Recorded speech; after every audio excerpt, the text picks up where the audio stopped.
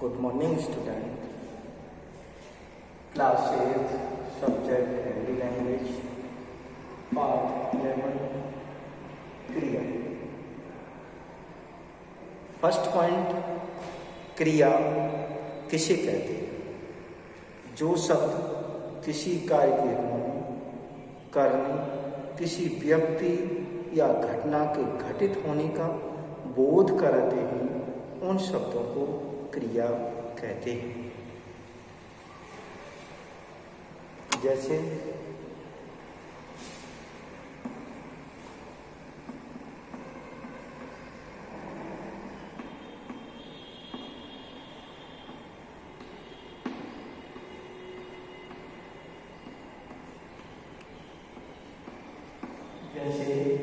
बच्चा पढ़ रहा है, इसमें क्रिया शब्द है पढ़ रहा.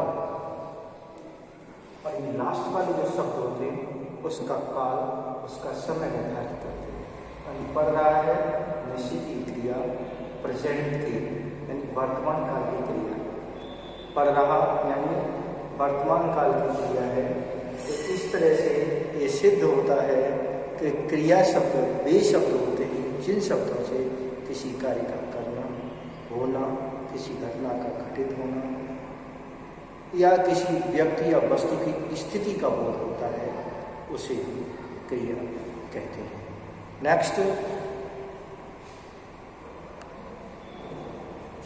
नेक्स्ट धात.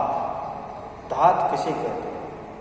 यानी क्रिया के मूल रूप को धात कहते हैं, या जिन शब्दों से क्रियाएं बनती हैं या क्रियाओं का निर्माण होता है, उन्हें धात कहते हैं. प्रत्येक क्रिया में धात अवश्य होती है, उसका अंश अवश्य होता है. जैसे सीता को पढ़ना चाहिए,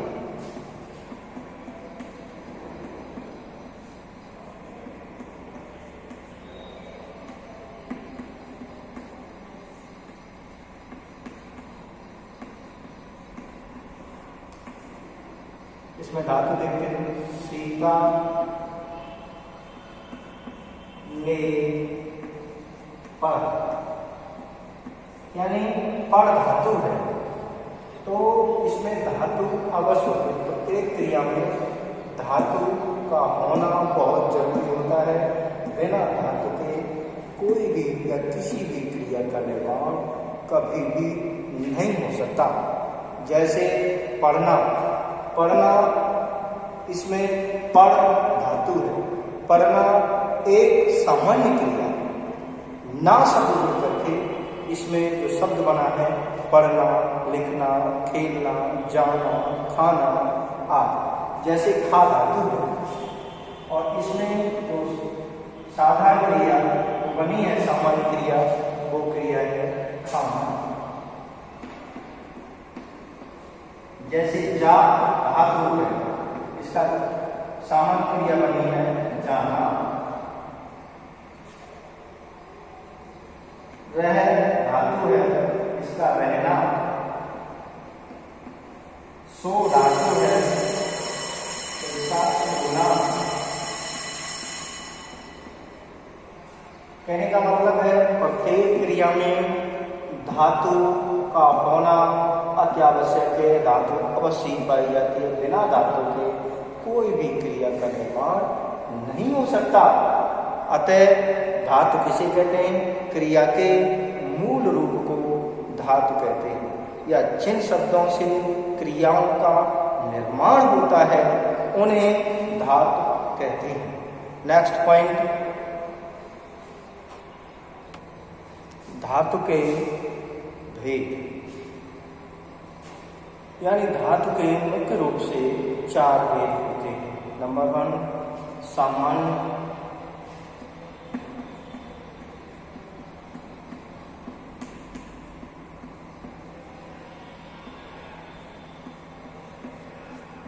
सामान्य धातु.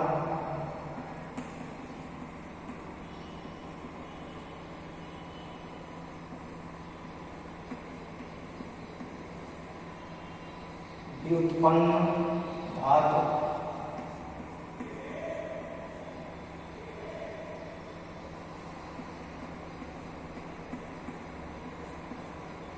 सामान्य धातु, व्युत्पन्न धातु, और नेक्स्ट पॉइंट है नाम धातु।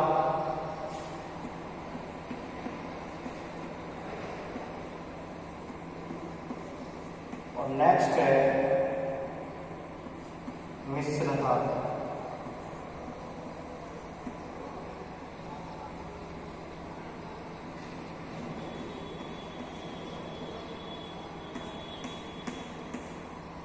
अब फर्स्ट पॉइंट आता है सामान्य धातु किसे कहते हैं। सामान्य धातु क्रिया की मूल धातु में ना प्रत्यय जोड़ने पर जो क्रिया रूप बनता है उसे सामान्य धातु कहते हैं। जैसे खा तो खाना, जा तो जाना, लिख तो लिखना, ये सभी सामान्य धातु हैं। ये सभी सामान्य धातु हैं। नेक्स्ट पॉइंट है व्युत्पन्न धातु। व्युत्पन्न धातु उन धातुओं को कहते हैं जिनसे क्रियाओं का निर्माण होता है। जैसे दे से देना, ये सामान्य धातु है। दिलाना और दिलवाना ये व्युत्पन्न धातु है। खा से खाना ये सामान्य धातु है। खिलाना और खिलवाना ये व्युत्पन्न धातु है। रो से रोना ये सामान्य धातु है। रोना और रुलवाना ये व्युत्पन्न धातु है। इस तरह से सामान्य धातु और व्युत्पन्न धातु में ये अंतर है। तो इस तरह से आप जस्टिफाई कर सकते हैं कि सामान्य धातु क्या है और प्रिय बच्चों व्युत्पन्न धातु क्या है। व्युत्पन्न धातु यानी क्रियाओं, अन्य क्रियाओं का निर्माण जो होता है वो व्युत्पन्न धातु से होता है। जैसे रो से रोना, रुलवाना, ये रुलाना, ये सभी व्युत्पन्न धातु हैं। जैसे कर से करना, कराना और करवाना, ये व्युत्पन्न धातु है। तो अतः हमें इन चीज़ों का विशेष ध्यान रखना है। नेक्स्ट पॉइंट आता है नाम धातु क्रिया। नाम धातु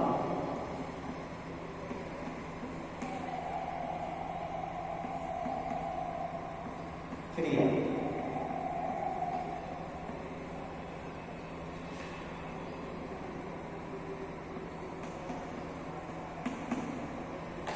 संज्ञा, सर्वनाम, विशेषण आदि से बनने वाली क्रियाओं को नाम धातु क्रियाएं कहते हैं।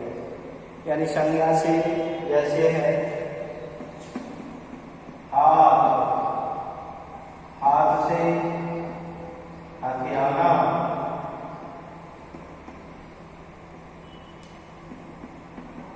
लात, लात से लतियाना,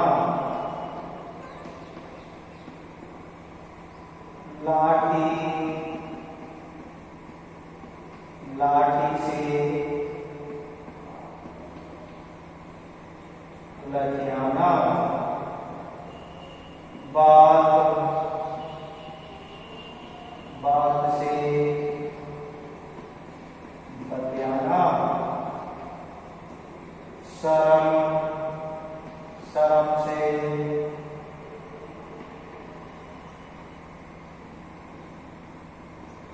शर्माना। यानी इन क्रियाओं में प्रत्ययों का प्रयोग होता है और जितनी भी संज्ञा, सर्वनाम और विशेषण द्वारा बनने वाली क्रियाएं हैं वो सभी नाम धातु क्रियाएं कहलाती हैं। ये सभी संज्ञा से बनने वाली क्रियाएं हैं।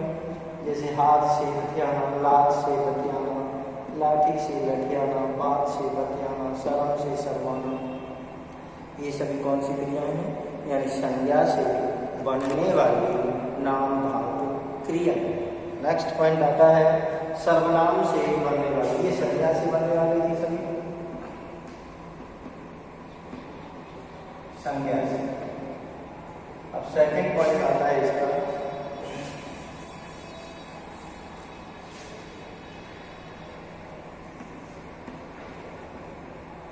सर्वनाम से।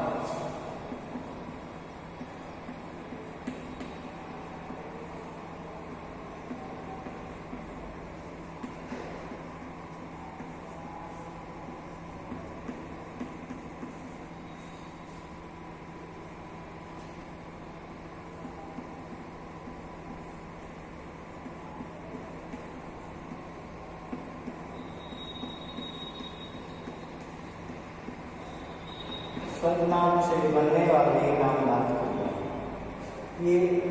ये फर्स्ट पॉइंट था और ये आपका है सेकंड। तो सर्वनाम से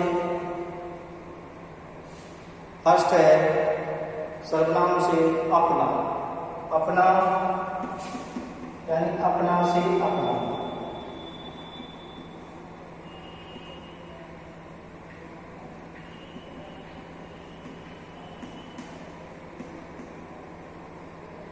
सेकंड है इसका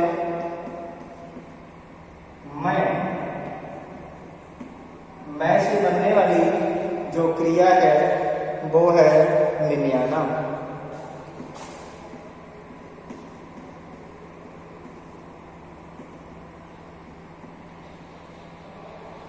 ये सर्वनाम से बनने वाली हो गई। उसके बाद आता है विशेषण से बनने वाली नामवाचक क्रिया में।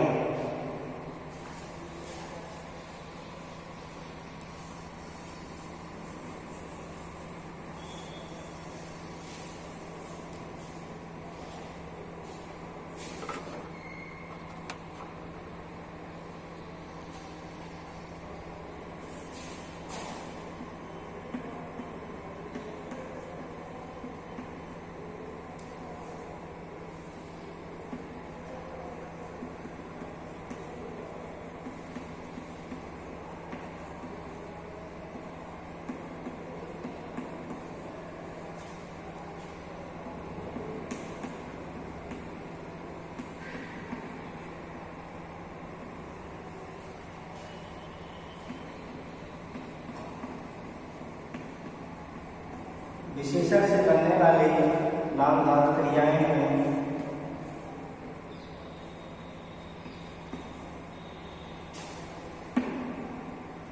नंबर फर्स्ट है चमक। ये विशेषण शब्द है चमक। चमक से बनने वाली नामवाचक क्रिया है चमकना। नेक्स्ट है गरम। गरम से बनने वाली नामवाचक क्रिया है गर्म होना। नरम से बनने वाली नामवाचक क्रिया है नरम होना। तो ये सभी संज्ञा, सर्वनाम और विशेषण से बनने वाली क्रियाओं को, निर्माण होने वाली क्रियाओं को हम नाम धातु क्रिया कहते हैं। नाम धातु क्रियाओं का निर्माण संज्ञा, सर्वनाम और विशेषण से होता है। नेक्स्ट पॉइंट आता है मिश्र धातु किसे कहते हैं। वे धातुएं जो संज्ञा, विशेषण तथा क्रिया विशेषण शब्दों के बाद करना, लेना, लगना, होना आदि शब्दों को जोड़कर बनाई जाती हैं, उन्हें मिश्र धातु कहते हैं। नंबर 1 संज्ञा शब्दों से, नंबर 2 विशेषण शब्दों से, नंबर 3 क्रिया विशेषण शब्दों से। तो संज्ञा शब्दों से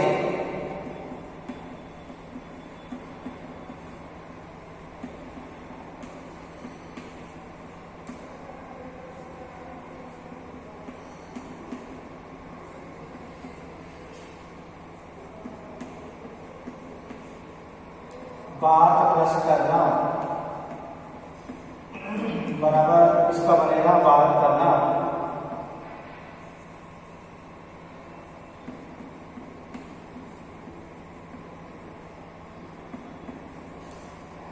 यानी संज्ञा शब्दों में करना धातु लगा दी गई तो इसका रूप बन गया बात करना। नेक्स्ट है सेकंड शब्द आता है कि जान लेना। जान में अगर लेना क्रिया लगा दी तो इसका धात लगा दी तो इसका रूप बन गया जान लेना। ये मिश्र धातु हो गई जान लेना। नेक्स्ट है संज्ञा के बाद आता है सेकंड पॉइंट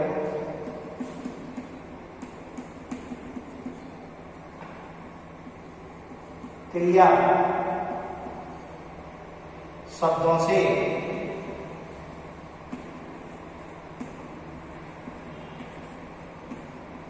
क्रिया शब्दों से इनका निर्माण होता है।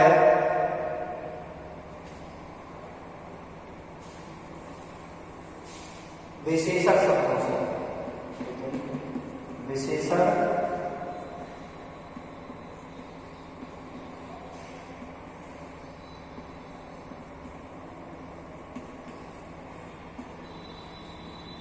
नेक्स्ट है क्रिया विशेषण शब्दों से।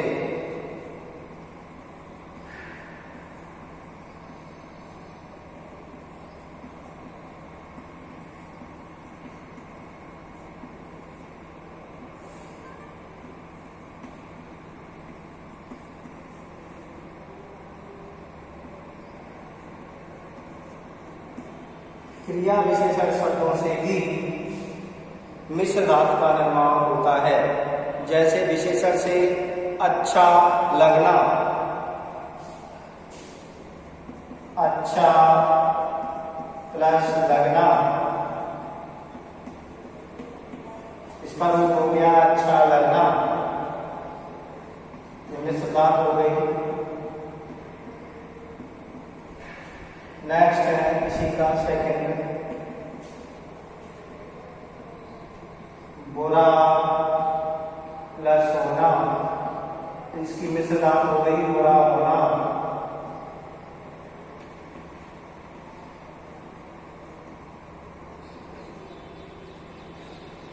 नेक्स्ट पॉइंट आता है क्रिया विशेषण शब्दों से। पीछा करना, पीछा प्लस करना, बराबर रूप हो गया पीछा करना।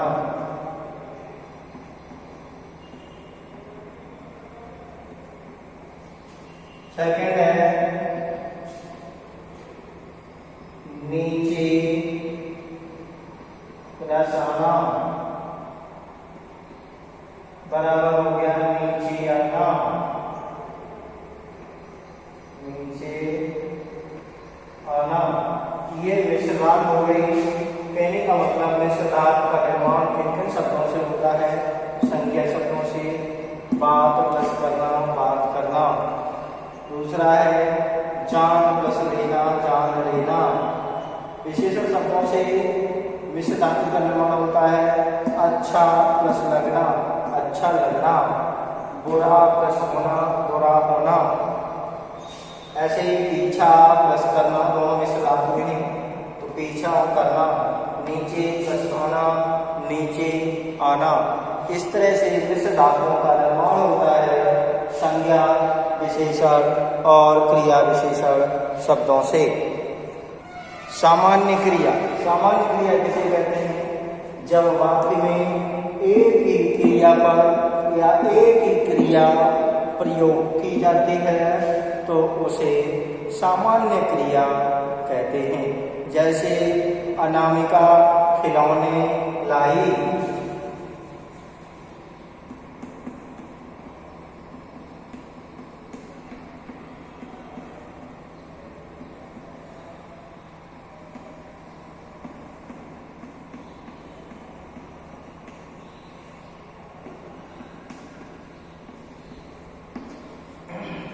यानी इस वाक्य में एक ही क्रिया पद का प्रयोग किया गया है, इसीलिए ये सामान्य क्रिया है। क्रिया के भेद, क्रिया के मुख्य रूप से कई भेद हैं। इनमें नंबर 1 है कर्म के आधार पर क्रिया के भेद, और सेकंड है क्रिया के कर्म के आधार पर क्रिया के भेद। 2 प्रकार की क्रियाएं होती हैं। नंबर 1 अकर्मक क्रिया, नंबर 2 सकर्मक क्रिया। और प्रयोग के आधार पर, प्रयोग या रचना के आधार पर क्रिया के भेद। तो कर्म के आधार पर क्रिया के मुख्य रूप से भेद होते हैं। मुख्य रूप से 2 भेद होते हैं, एक सकर्मक क्रिया, एक अकर्मक क्रिया। अकर्मक क्रिया किस क्रिया को कहते हैं? जिस क्रिया में कर्म नहीं होता उसे अकर्मक क्रिया कहते हैं। जैसे पक्षी उड़ रहे हैं, जैसे गाय जा रही है। इसमें कोई कर्म नहीं है, इसीलिए ये सकर्मक क्रिया है। उसके अकर्मक क्रिया है। सकर्मक क्रिया जिन क्रियाओं में कर्म की आवश्यकता होती है उन्हें सकर्मक क्रिया कहते हैं। सकर्मक क्रिया का मुख्य रूप से कुछ उदाहरण यहाँ पर दिए जा रहे हैं। स्वामी गीत गाती है, अनुष्का ने पुस्तक खरीदी, मोनिका ने रोटियां खाई। नेक्स्ट है प्रीति ने चित्र बनाया। ये सभी सकर्मक क्रियाएं हैं। अकर्मक क्रिया की पहचान के लिए क्या या किसको लगाकर प्रश्न करना चाहिए। अगर उसका उत्तर नहीं मिलता है तो वो क्रिया अकर्मक क्रिया ही होती है। और जिस क्रिया में क्या या किसको लगा करके प्रश्न किया जाए और उसका उत्तर मिले, उसका उत्तर आए, तो निश्चित ही प्रिय बच्चों वो सकर्मक क्रिया होती है। नेक्स्ट पॉइंट देखते हैं जरा। सकर्मक क्रिया के भी दो भेद होते हैं।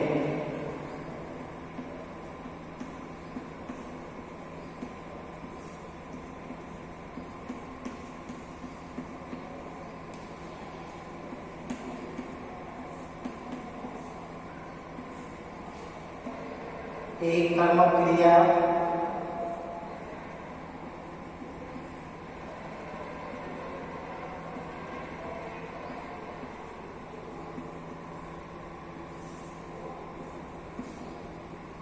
द्वै कर्मक क्रिया।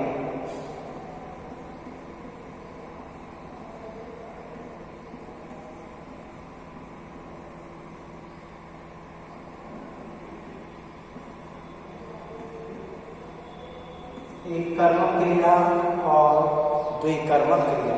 एक कर्मक क्रिया किसे कहते हैं? एक कर्मक क्रिया जैसे है बढ़ई ने दरवाजा बनाया, राधा ने पौधा लगाया, बढ़ई ने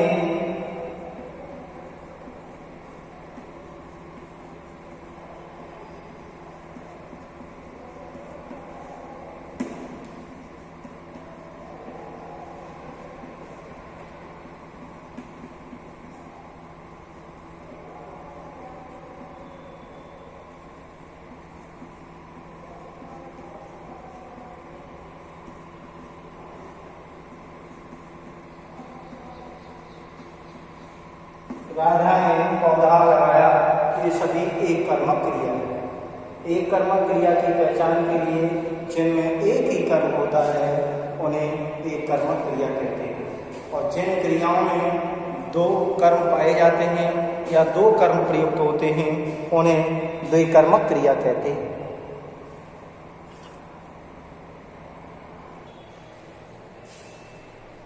द्विकर्मक क्रिया, द्विकर्मक क्रिया किसे कहते हैं? जिन क्रियाओं में दो कर्म पाए जाते हैं उन्हें द्विकर्मक क्रिया कहते हैं। जैसे किसान बैलों के लिए चारा लाता है, मीरा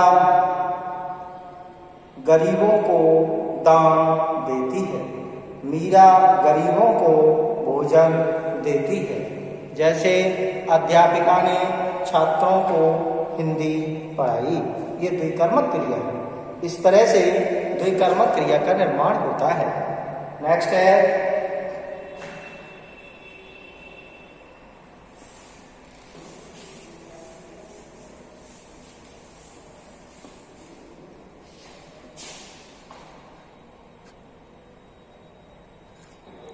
प्रयोग या संरचना के आधार पर क्रिया के कितने भेद होते हैं? प्रयोग या संरचना के आधार पर क्रिया के 5 भेद होते हैं। प्रयोग या संरचना के आधार पर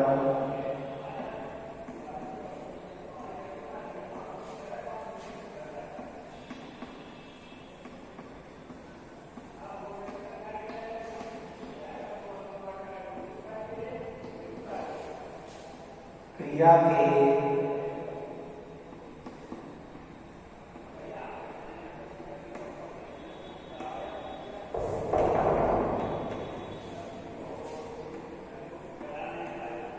5 भेद होते हैं। नंबर 1 सामान्य क्रिया। नंबर 1 सामान्य क्रिया। नंबर 2 संयुक्त क्रिया।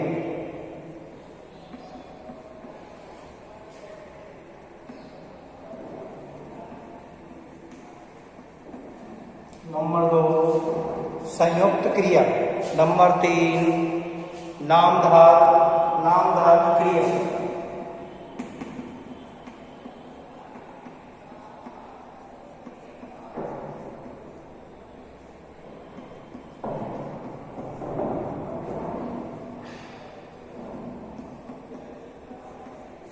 नंबर 4 प्रेरणार्थक क्रिया।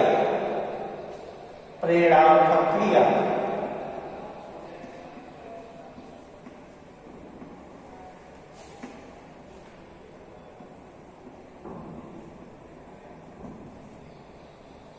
और नेक्स्ट एंड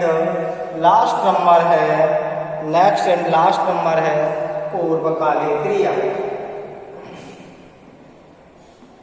पूर्वकालिक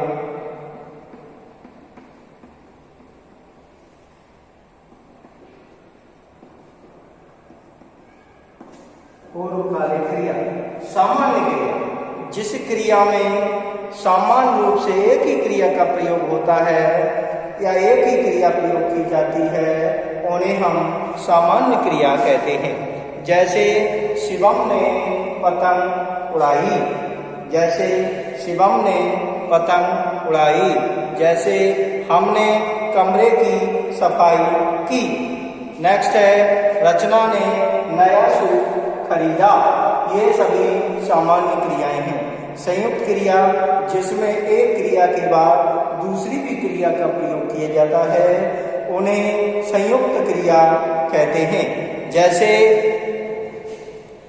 श्याम ने पुस्तक पढ़ ली। गाया घंटों तक गाता रहा। ये सभी संयुक्त क्रियाएं हैं। पूर्वकालिक क्रिया में हमेशा ही निम्न शब्दों का इस्तेमाल किया जाता है। जैसे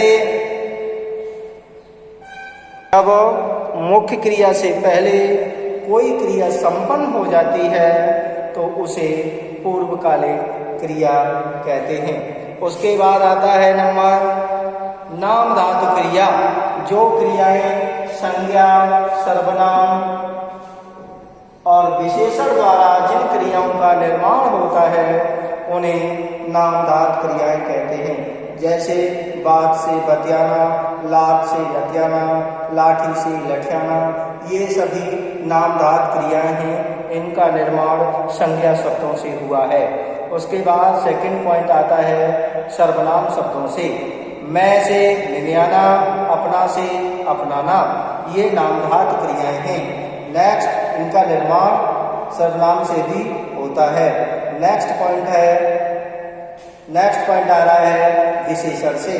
विशेषण से भी नाम धातु क्रियाओं का निर्माण होता है। जैसे गरम से गरमाना, नरम से नरमाना, चमक से चमकाना इत्यादि सभी क्रियाओं का निर्माण नाम धातु क्रियाओं के अंतर्गत आता है। संज्ञा, सर्वनाम और विशेषण से बनने वाली क्रियाओं में प्रत्यय लगाकर जो क्रियाओं का निर्माण होता है, उन क्रियाओं को हम नाम धातु क्रिया कहते हैं। नेक्स्ट पॉइंट आता है नाम धातु के बाद नंबर है प्रेरणार्थक क्रिया। प्रेरणार्थक क्रिया किसे कहते हैं? यानी जब कर्ता स्वयं न कार्य करके दूसरों को कार्य करने की प्रेरणा देता है, उन्हें प्रेरणार्थक क्रियाएं कहते हैं। जैसे है राकेश नौकर से खाना बनवाता है। नेक्स्ट है श्री राम ने हनुमान से संजीवनी बूटी मंगवाई। नेक्स्ट पॉइंट है राधा नौकरानी से कपड़े धुलवाती है। प्रेरणार्थक क्रियाओं के भी मुख्य रूप से दो भेद होते हैं। नंबर 1 प्रथम प्रेरणार्थक, नंबर 2 द्वितीय प्रेरणार्थक।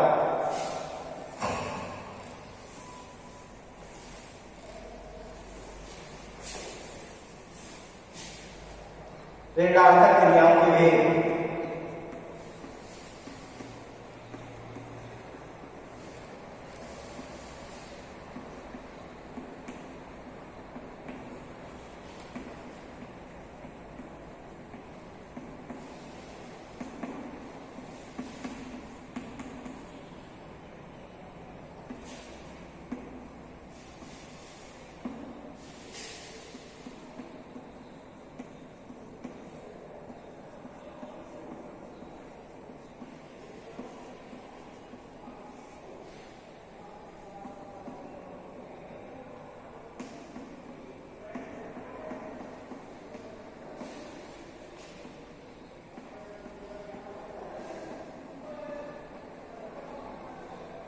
प्रथम प्रेरणार्थक और द्वितीय प्रेरणार्थक। जिस क्रिया में किसी से कार्य करवाने के लिए अनुरोध किया जाता है, जैसे श्री राम ने हनुमान से संजीवनी बूटी मंगवाई, जैसे माँ ने नौकरानी से सफाई करवाई, ये क्रियाएं प्रेरणार्थक क्रियाओं के अंतर्गत ही निर्माण इनका होता है।